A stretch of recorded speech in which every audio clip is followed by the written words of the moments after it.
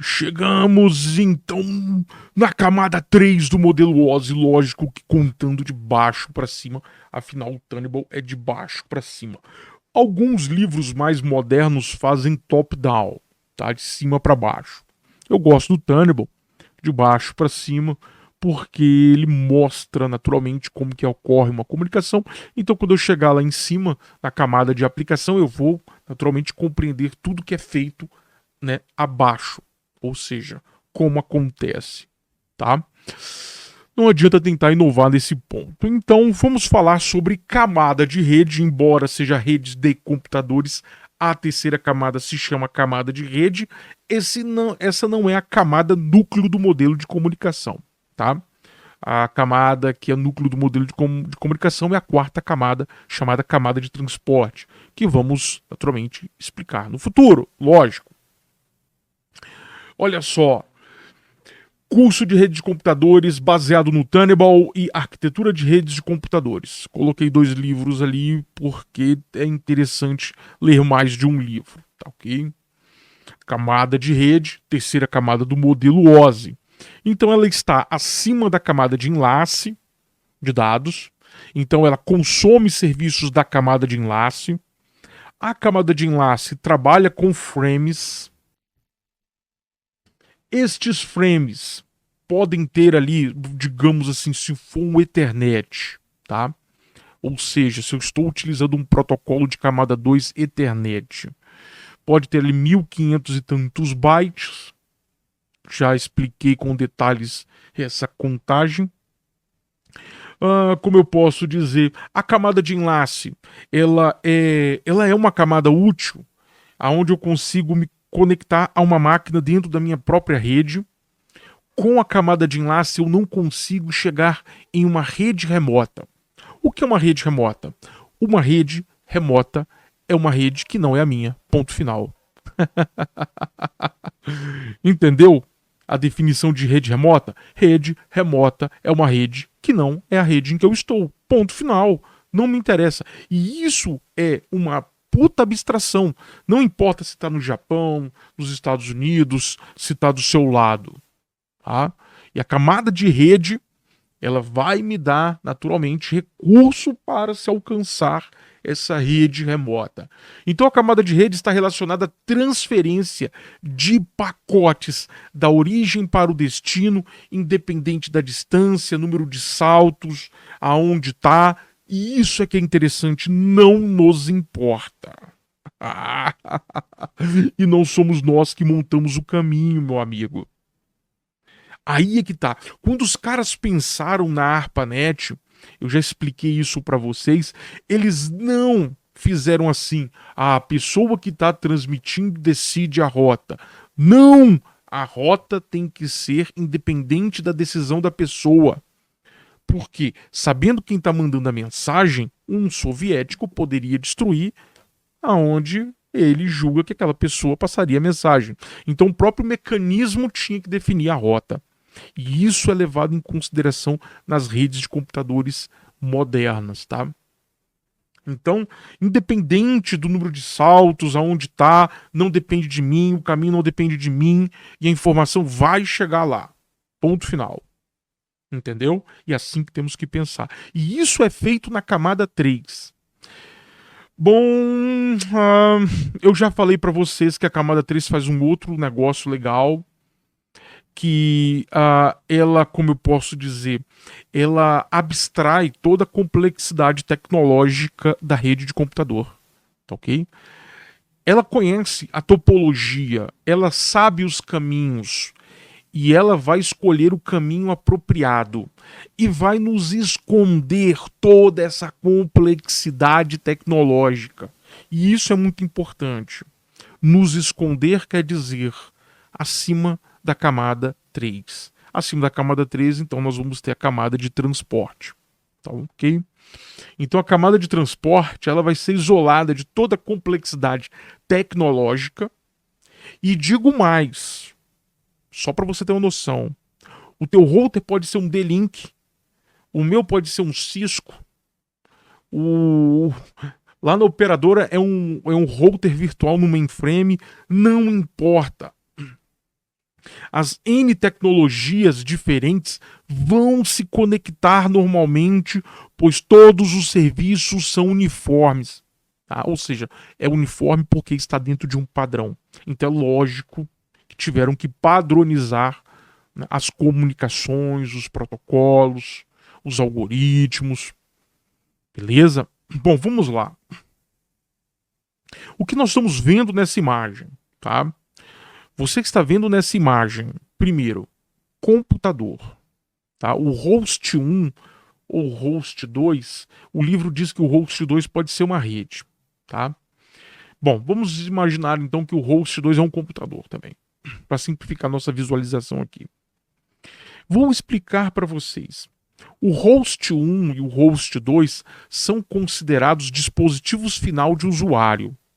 O seu celular também é um end device, né? Uma impressora é um end device, um VoIP, um aparelho VoIP é um end device.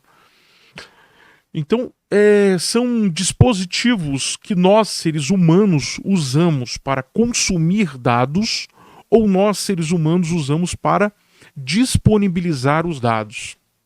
Entendeu o que é um end device? É um dispositivo em que nós, seres humanos, usamos para consumir dados, ou é um dispositivo que nós usamos para dar os dados, tá ok? E aí vai vir mais para frente aquela visão de arquitetura cliente-servidor, P2P, entre outras coisas. Legal. Ah, mas os meus dados passam por um router. Então, mas os dados não foram produzidos do router para uma pessoa, eles apenas passaram. Por isso que o router não é um end device, tá?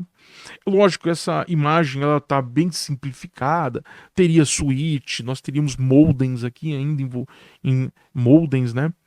Mas vamos imaginar aqui nesse exemplo que nós não temos modem, tá?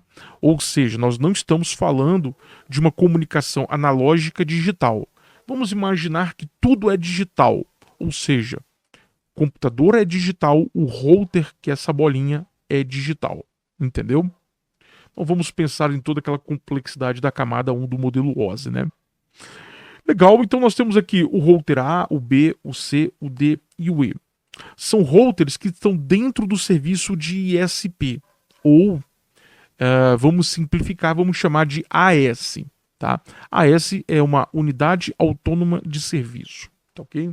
De uma operadora. Beleza? Uma operadora possui muitas AS, tá? Coloquei um S no plural ali, beleza, galera? AS, tá? É um A e um S só. Eu coloquei um segundo S como plural. Bom, então o que acontece? Esse serviço de ISP é o que interliga as redes de computadores dos clientes. Vou explicar, já falei para vocês anteriormente, que primeiro surgiram as redes isoladas dentro das empresas, interligando computadores e peças de computadores, né, daqueles antigos mainframe. E aí então surgiu a necessidade de conexão, e aí eles começaram a conectar de uma forma, como vamos dizer, simplesmente num grande domínio de broadcast, tá? Que é a Ethernet clássica. E aí depois eles começaram a juntar mais departamentos e aí eu falei para vocês, eles precisaram de usar bridges entre os departamentos. E aí o broadcast ficava no departamento. Beleza. E aí depois eles passaram a trabalhar numa Ethernet comutada, né? Passar a trabalhar com comutação de porta para quebrar o broadcast gigantesco que era. E aí vai vir a Ethernet comutada. Só que aí várias empresas vão perceber a possibilidade de oferecer um serviço de interligar essas redes, mas para isso a Ethernet não daria suporte. Eles precisavam então de criar, naturalmente, a ideia de rotas, de roteadores, de interligação, de roteamento hierárquico. Nós vamos falar de tudo isso mais para frente, tá? E aí vão surgir esses serviços de ISP, como essas AS de operadoras, e aí nós temos que falar sobre man de novo e o WAN de novo. Beleza? Bom, mas por que eu não falei que o F é um serviço de ISP? Vamos imaginar então que o F é um router do cliente, tá? Que está na rede do cliente, interligando a rede do cliente a uma rede da operadora, tá? Então, o F para o E é a ligação então, da rede do cliente para a operadora. Por que fazemos isso? Porque os nossos clientes não estão na ISP. Nós fazemos rede para o cliente, tá? Essa ligação aqui que nós estamos vendo no host 1 direto com o ISP é uma ligação quando você tem um contrato direto, mas também não seria assim, né? Você teria naturalmente uma infraestrutura ali, né? Mas tudo bem, o autor quis simplificar na imagem, tá? Vamos olhar lá para o H2, F e o E. Aquilo ali é basicamente o que nós temos hoje. Nós temos uma LAN, uma local area network do cliente, com o router que provavelmente foi oferecido pela empresa de ISP ou pela unidade autônoma de serviço, a empresa que é a Telefônica, por exemplo. Telefônica não existe mais, né? E aí o que acontece? Ela tem os parâmetros para te ligar com o servidor, desculpa, com o roteador E que está dentro dessa ISP, tá? Basicamente, nós temos também, esqueci de falar dos processos. Dentro dos computadores, nós temos os processos e temos N processos. Bom, na camada 3, preste atenção. Primeiro, desculpa, vamos voltar para a camada 2. Na camada 2, uma mensagem vai de um computador para um outro dentro da mesma LAN. Não consegue ir para fora. Dentro de um computador, eu tenho inúmeros processos. Dentro do outro computador, eu tenho inúmeros processos. Mas a mensagem pela camada 2 é de um computador para o outro. Não é para um processo ao outro, entendeu? Olha só a jogada. Na camada 3, na camada de rede, um computador consegue mandar mensagem para um outro computador, não importa quantos saltos, ou seja, qual a distância em saltos, né? A mensagem vai ter que, como eu posso ser retransmitida entre esses saltos para se chegar lá, tá? Mas veja, na camada 3 também é de um computador para o outro. Então a camada 3 e a 2 conseguem fazer com que a mensagem chegue de um computador para o outro. O que vai linkar uma mensagem com o processo específico, ou seja, com o programa específico, é a camada 4 que vamos estudar mais para frente. Tá ok? Então na imagem aqui apenas ilustrativo os dois processos. Estou explicando tudo isso porque o cara colocou dois processos aqui, beleza? Então nós temos os roteadores do ISP, que são conectados por linha de transmissão, é de uma operadora de alto nível, tá? Tem muitas empresas menores, a galera chama de Gatonet, já não são mais Gatonet, não tem por que ter uma Gatonet. Hoje em dia o processo é simplificado para ter uma empresa de telecomunicação, não precisa mais de ter todo aquele trâmite do governo ter que assinar para você e permitir, tá ok? Como era no passado. Roteadores de clientes, conforme eu mostrei aqui, nós temos o F como roteador de um cliente, tá? Nós temos também a possibilidade de ter um modem ligando, mas aí seria uma comunicação analógica, ou seja, imagine que eu tivesse um modem aqui num host 1, tá ok? Ligando para um roteador. É possível isso, Nem é ligando direto para o roteador, né? O modem está aqui, na outra ponta tem um modem também. E aí esse outro modem, que estaria dentro da empresa, estaria interligado com o router. Tá? Lembre-se que modem fala com modem. É isso? Porque afinal ele tem que transformar o analógico para o digital para o analógico. Simples assim. O end device era o dispositivo, como um computador, ali eu mostrei, poderia ser uma impressora, um celular. E os processos que estão ali dentro, que são do usuário geralmente. Tem os processos do kernel e os processos do usuário, tá? Depende se está sendo executado como usuário do sistema ou como usuário comum que acabou de logar. Bom, e aqui tá uma malícia do caramba. Tem um professor malicioso nesse planeta, né? Pelo amor de Deus. Eles colocam isso na prova só para complicar o aluno e reprovar o aluno. Vou explicar. Você tem que estar muito atento. O livro do Turnbull, ele fala funções da camada e depois fala dos serviços da camada. Entendeu? Lá na camada de enlace. Aqui ele fala não da função, como deve ser o serviço, e aí ele coloca 3 tópicos.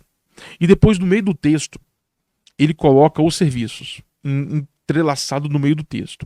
O que acontece? O aluno lê rápido, ele acha que esses aqui são os 3 serviços. Isso aqui não são os 3 serviços. Isso aqui, os 3 serviços devem ter isso aí. Entendeu? E aí o professor coloca isso como opções e o cara marca. Entendeu? Não.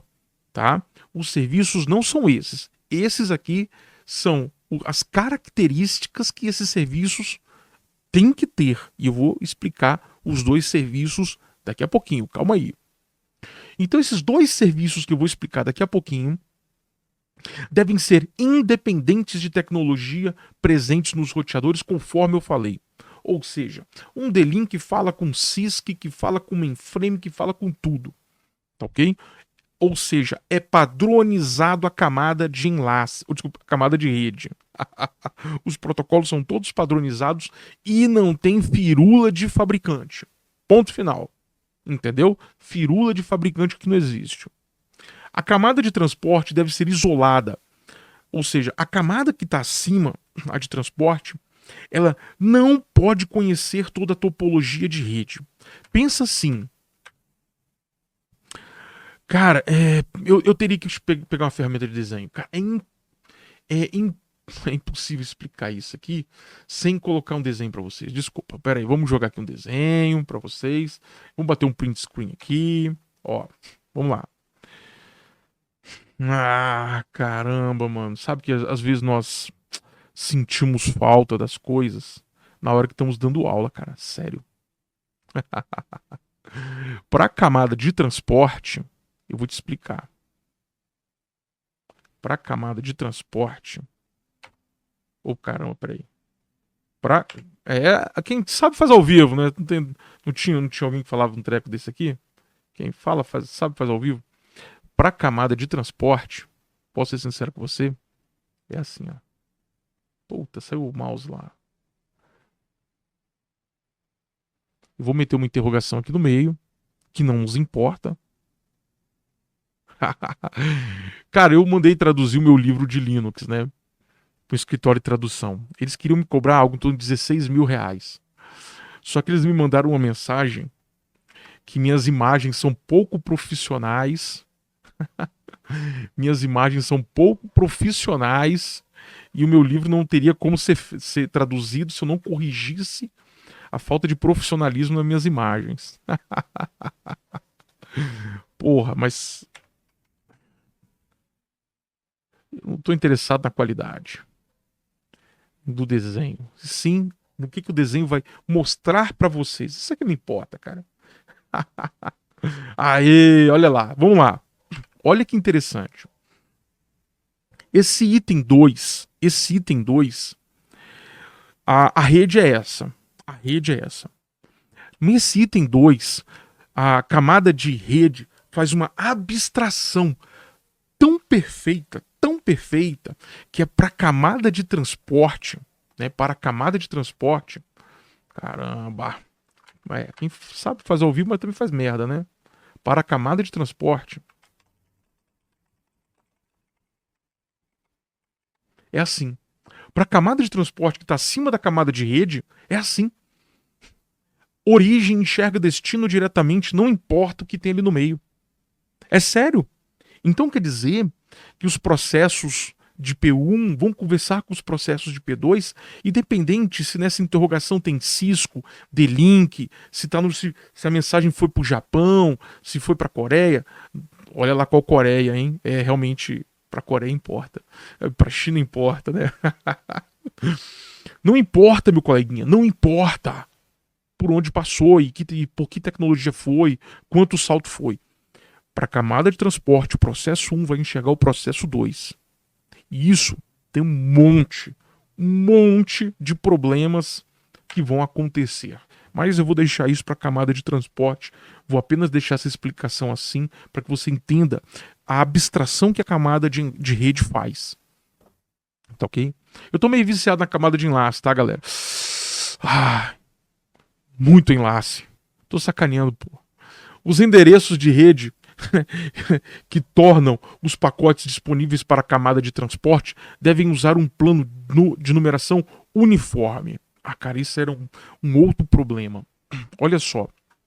Imagina o seguinte, que o processo P1 vai conversar com o processo P2. Mas se as duas máquinas estão na mesma LAN, fudeu. Entendeu? Ah, como assim fudeu? Bom, pela mesma LAN tem a camada de enlace, transmitiria pela camada de enlace, qual o problema? Entendeu? Mas se estão em redes diferentes, seria por camada de rede. E se eu tivesse uma numeração tipo 192.168.0, algo 0, alguma coisa, que fosse para as LANs.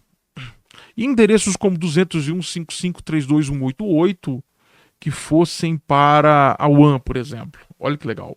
São endereços uniformes, ambos de 32 bits, ou seja, 4 octetos. Então não importa se os dois computadores, se eu uso a camada 3 para me conectar, não importa se os dois computadores estão na mesma LAN ou estão em LANs separadas por uma WAN. Não importa. Não importa. Então cria-se uma numeração uniforme, que nós vamos falar, tem 32 bits, dos quais são separados por classes. Eu vou explicar para vocês endereçamento IP, melhor que o livro, inclusive, vou ter que me aprofundar. Vou mostrar para vocês a questão de o range que é destinado às LANs, range destinado ao WAN, endereços reservados. O que é multicast, endereço de multicast. Então mais para frente eu vou explicar para vocês sobre o endereçamento IP, mas já vou te falar. O endereçamento IP ele tem até aqui, são 32 bits a versão 4, tá? E 128 bits a versão do IPv6, beleza? E quais são os serviços? Pá! Os serviços são serviços não orientados à conexão e serviços orientados à conexão. Eu acho escroto demais esses nomes. Eu colocaria que seriam serviços que são, como posso dizer assim, porra, cara, é muito difícil de achar um termo. Porque olha só, o que é um serviço orientado à conexão? Em um serviço orientado à conexão, você tem um handshake. Seu nome é orientado à conexão, é? Porque toda hora que eu falo orientado à conexão, você levanta da sua casinha, cachorra vagabunda. É a minha cachorra, galera. Toda vez que eu falo orientado à conexão, você vem me lamber. O que tá acontecendo? Eu não te ensinei esse comando, não, pô. Não. Não tem passeio. Vai pra sua casinha. Vai deitar. Foi mal, galera, mas... não vou cortar o vídeo, não, cara. Tô tão cansado. Ó. O serviço orientado à conexão, você tem que, primeiro, trocar parâmetros entre os dois elementos. Vamos imaginar que é uma comunicação orientada à conexão entre dois elementos somente. Você tem que trocar parâmetros de como vai ser a conexão, taxa, memória, processamento. E durante toda a transmissão de dados, que vai demorar, é trocado feedback de um lado para o outro para manter esses parâmetros. Por isso que ele diz que é orientada à conexão. Entendeu? É lógico que o não orientado à conexão... Inclusive, eu nunca gostei da ordem que o Tenable coloca. Porque é mais fácil eu explicar o orientado à conexão, depois eu explicar o não orientado à conexão. O que é o não orientado à conexão? Não faz porcaria nenhuma disso aí, cara. Simplesmente manda que se dane. Ah, entendeu? Engraçado que o Tenable, ele é professor, né, cara? Ele foi, na verdade, ele tá vivo ainda. Ele só não é mais professor. Eu acho que ele tá vivo. Tenable, só pra curiosidade de vocês, Tenable é o único ser humano vivo, que tem alma penada que atrapalha a vida dos alunos até hoje. É sério. É o Tenable. O IP, né?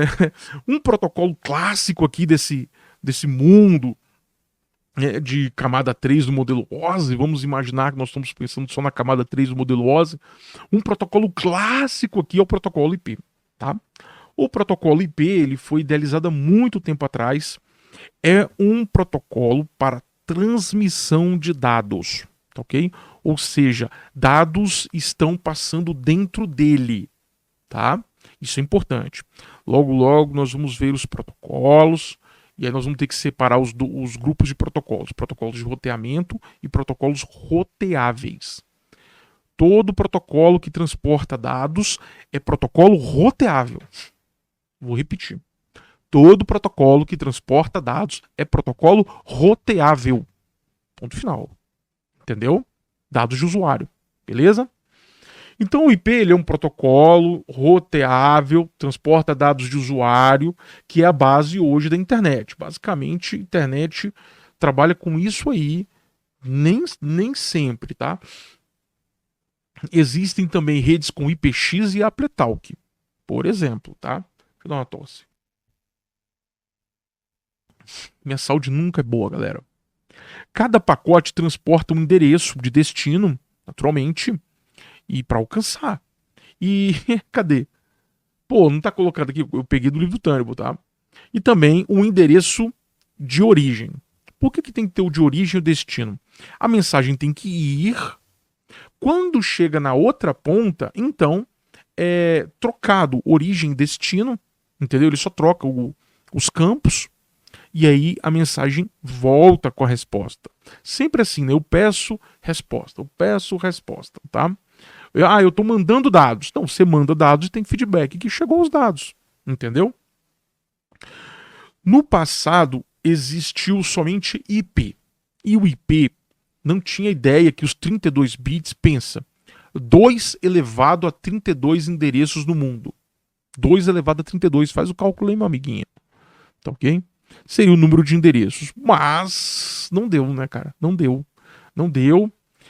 A princípio, mais por um erro da IANA. A IANA que criou essa ideia de numeração, tá? E a IANA queria que... IANA é uma organização, galera. Não tem nada a ver com minha tia IANA, tá? Vamos lá. Eu conto essa piada da minha tia Iana na sala de aula. Então o que acontece? Na ideia da organização Iana, cada placa de rede no mundo estaria ligado numa grande rede mundial e seriam acessíveis. Cara, você já pensou na questão da segurança disso? E é lógico também que 32 bits não daria para tudo isso. Depois, quando começou a perceber que ou vai haver a falta, tá? Eles começaram a reorganizar as redes e os endereços para um negócio chamado guarda-chuva, que eu vou lhes ensinar mais para frente, tá? Legal, peraí, dá mais uma tosse. Cara, voltou o cachorro, meu. Ô, caramba, mano. Ó, não. Como é que você acha que eu vou comprar sua ração? Dando curso. E se você... Não tem amizade. A gente não é mais amigo, não. Não é mais amigo, não. Ah, é bom demais ter pastor alemão. Vai deitar, vai. Porque eles acreditam que você vai. Eu não posso falar a palavra rua. R-U-A. Entendeu? Porque, ó, vai me encher a paciência aqui agora. E aí depois eles criaram os 128 bits, tá? IPv6. Então eles criaram a ideia de IPv4 muito depois do IP tá pronto, galera.